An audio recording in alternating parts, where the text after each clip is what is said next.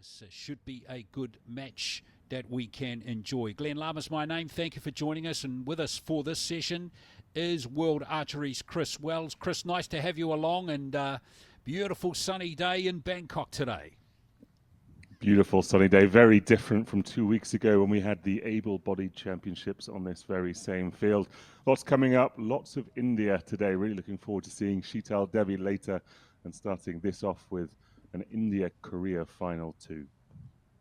Yes, we'll see Devi go for 3 golds, which will be quite some feat if she can achieve it, the teenager. But here we go with the men's W1 doubles with the Koreans up against the Indians. Democratic People's Republic of Korea, representing archers are Chang Dae-sung,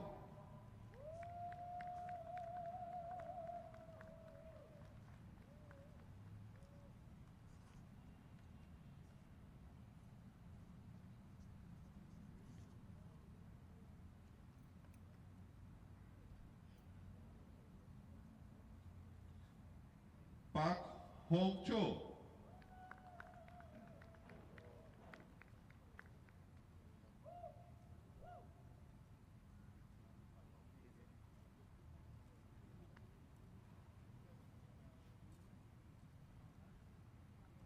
and target number 2, we have team India, representing archers are Adil Muhammad Nazir Ansari,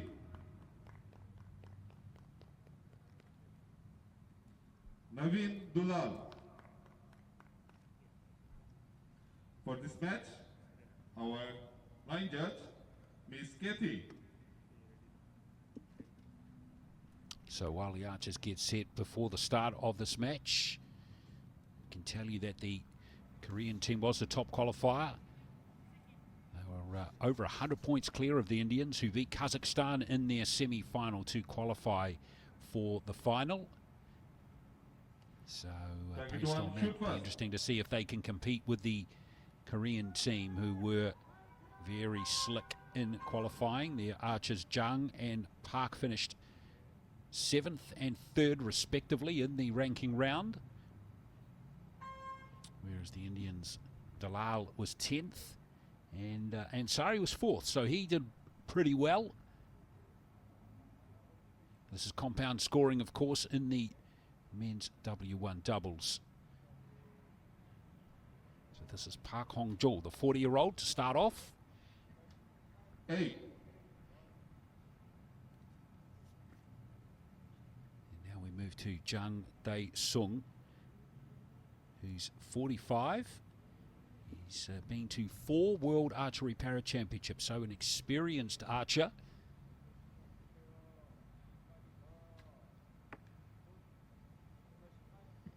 Of course, the difference here between W1 and compound is that the larger target face, the full 10 rings, are on offer for W1 archers. They don't have the same magnified sights. You can see the small sight at the front of the bow. They don't have the same weight behind the draw weight of the bow either. W1 archers are the most impaired category of para archers we have competing. And now Dalal with his first arrow. 7. Well, it's dead even after the first rotation here in the first end.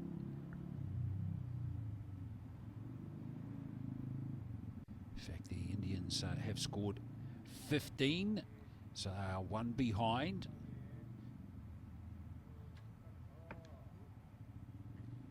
Seven.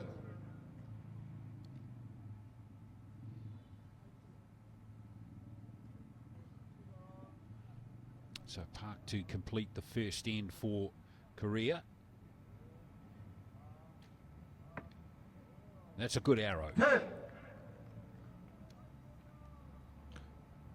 And you could see the strapping around the middle of Park's body. This is because a lot of W1 athletes have very little to no strength in their core, being unable to balance in the chair.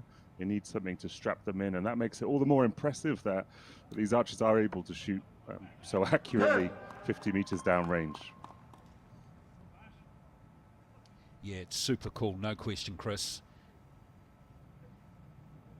Great thrill for these archers to be competing for a gold medal here in Bangkok. So here is Ansari, who can win the set. In fact, he has tied it provisionally at the moment. Let's just wait and see where we end up. India might have grabbed it by 1 point. We'll just have to wait.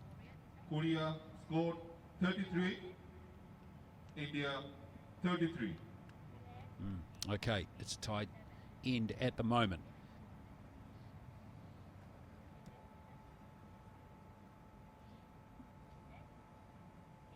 Of course, these archers too will be back later as well. Park will see him compete for the individual gold medal too, so it could be double gold for him today.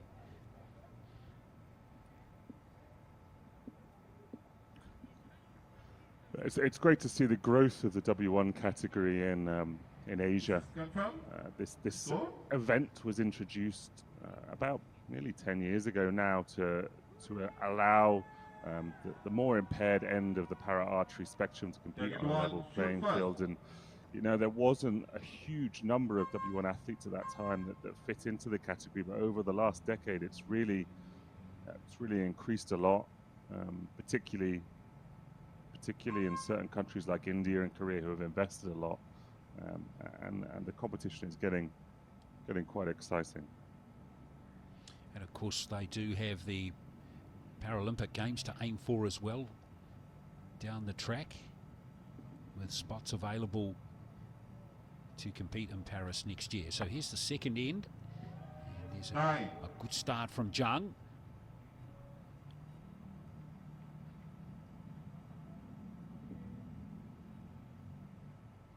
That was his first arrow in the yellow.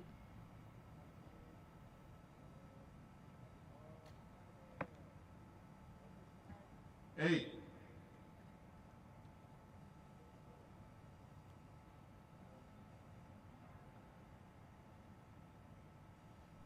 This is Naveen Dalal. He has been to 1 World Para Championships. He's picked up a bronze medal at the recent Asian Para Games as well. And he teamed up with his teammate right here, Ansari, to win the bronze at that event.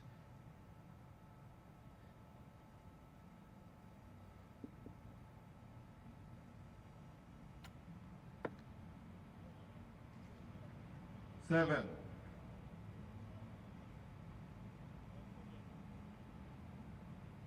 There's a nice contrast between the shooting styles of the two teams, both Korean archers using their fingers. They don't have much strength in that back arm that pulls the bow, but they are using their fingers to trigger the release and send the arrow down range. When we get to the Indians, both of them are using their mouths to trigger their release aids in different ways. Ironically, the execution, the act of shooting is not often the most critical thing in archery. It's more about the aim and the stability and the process.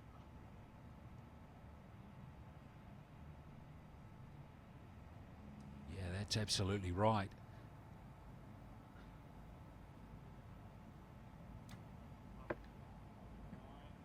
Nine. So 3 9s in that end for India. Dalal taking a big sigh of relief there. Let's see what Ansari can do with his last arrow. 8.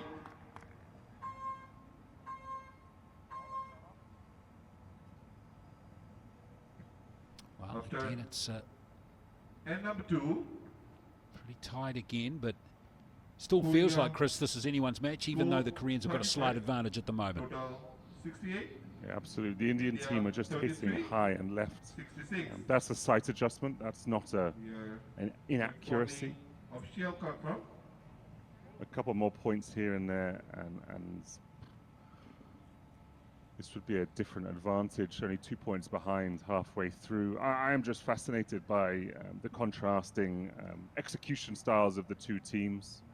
You've got the wooden peg that's being bitten down on to activate a standard release trigger, and one Indian archer using just a mouth tab where they clench their teeth over a piece of material attached to the string, and only open their mouth to release the arrow. And if you think about the dynamics and the measurements of archery, to try and keep your head and neck and body still to release the arrow is a fascinating challenge. I've tried to shoot once with a mouth tab and it didn't go very well. It's a skill, it's a different skill, and it's a fascinating one. Well, like anything, it takes practice and perseverance and resilience and all of those adjectives to get it right.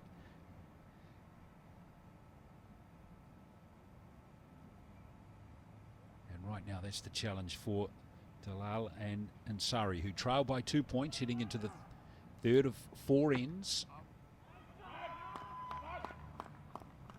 9, maybe 10. Just a 1-10 each so far for each team.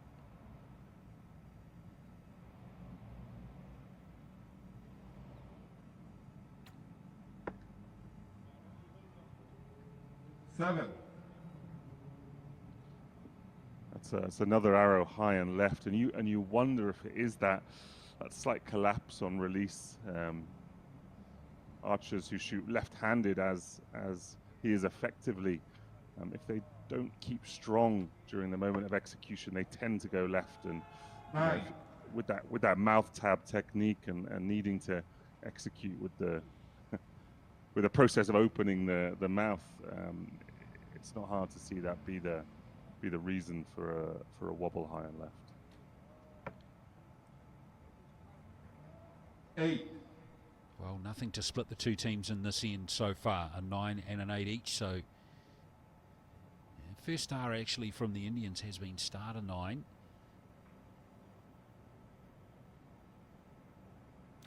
So we'll just keep an eye on that one. 8.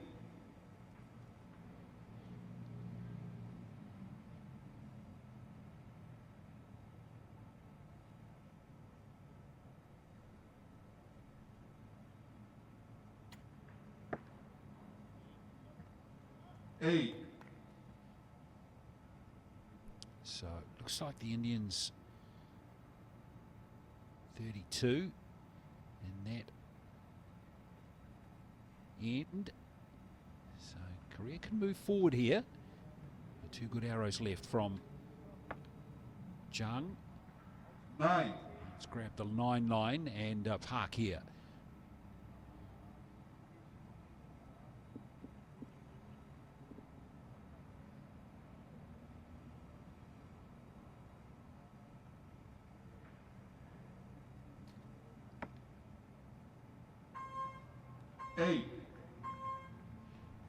Just got the arrow away in time, but the good news for Korea, it was a 2-point lead after the second end. It's doubled provisionally to 4. Korea 34, India 32. Korea total 102. And you wonder if this is the sign of the maturity and the experience in the two teams. The Korean Paralympic Association has been running para archery for a long time. There's been a mirrored Korean para team to the Korean able-bodied team for decades. India really, I think I remember the first Indian para archer at Rio 2016. So we're only 2 Paralympic cycles into that squad existing. It takes time to build it up, and this is the first time I've seen an Indian W1 group making finals, competing for medals on the international stage, and it will take time for that match process, that alternate match shooting process, that finals arena experience to filter down and make it comfortable. But it's exciting, isn't it, Chris, to see the sport growing in India, not just in para archery, but other able-bodied compound in particular. It's had a fantastic 2023.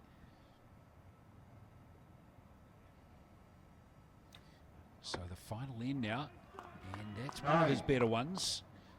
Very close to getting in. And you've just had 110 so far. Mind you, Korea have only had one as well.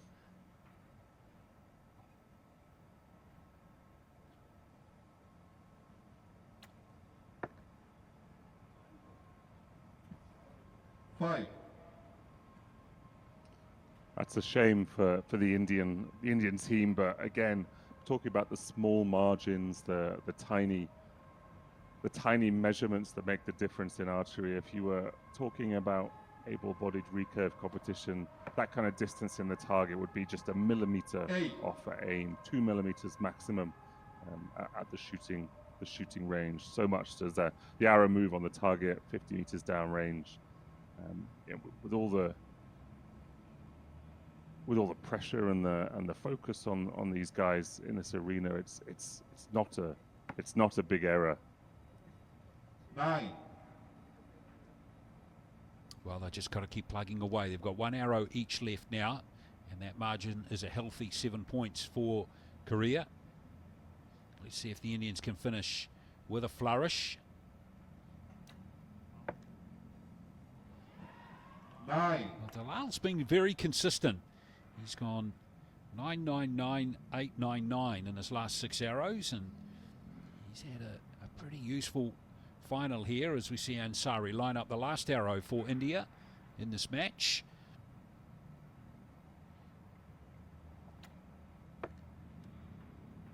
Like a bit of a misfire there, didn't it? 1. Yeah, that's unlucky, Ansari. Just a loss of pressure at full draw on aim. It's something to work on, but under this focus, understandable. So here's Jung for the win, and there it is with an arrow to spare.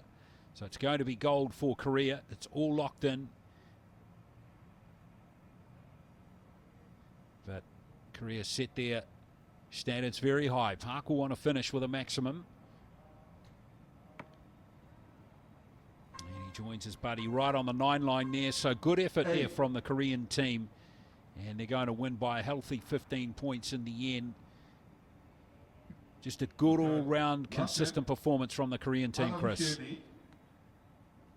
Absolutely. Equal all the way through, balanced. I think a quick bit of mathematics on my end shows that the two are completely easily matched, and that's what you need in a team or a doubles event. Is you need 2 archers who are capable of winning. It's why the doubles competition was introduced for para archery rather than the traditional 3-athlete team event that we have for able-bodied, is because it's so difficult to find 3 para athletes in the same classification performing at a high level. That's what Korea has, and that's why they've won this match. Congratulations. Well, well done to Korea. It's all confirmed. The score of 136, in fact, that they finished with 34 in that final end. So well done there to Jang Dae-sung and Park Hong-jo.